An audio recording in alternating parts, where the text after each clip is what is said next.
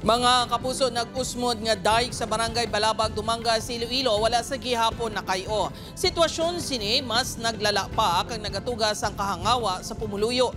Si Julius Bilacaol nakatutok.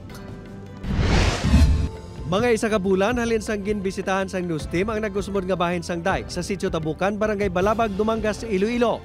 Wala sa gihapon sang indikasyon, ngayon ang ginakayo na. Ang malain pa, mas naglala pa gid ang sitwasyon. May sementado nga porsyon nga dalayon nga narumpag. Kag ang duta nga pangpang, amat-amat man nga nagakatipag. Magluwas sa kahangawa nga dalayon nga marumpag ang pila ka bahin sang pangpang. Perwisyo man ang dala sa sitwasyon bangod hindi na masudlan sa salakyan ng lugar. May tawo na gani kuno nga nahulog sa pangpang. Maswerte nga wala ini natamaan.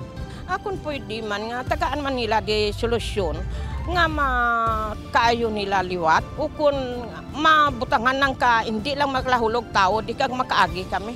Ang dayeg ang nagalaba sa 295 metros kag nagabalor sa 77 milyones pesos. Ang naguba nga porsyon sini ginabulubanta naglabot sa 150 metros ukon masubragid katunga sang proyekto.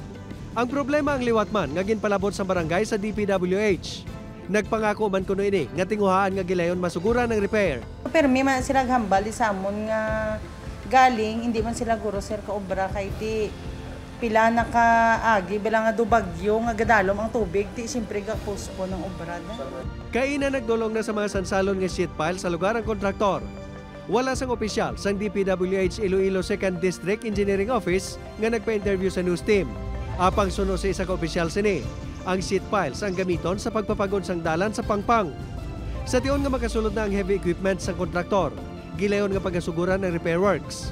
Ang kontraktor man na magagasto sa repair, suno sa DPWH, bangod wala pa ini na turnover. Upod kay Cirilo Rendoque, Julius Bilacaol. 1.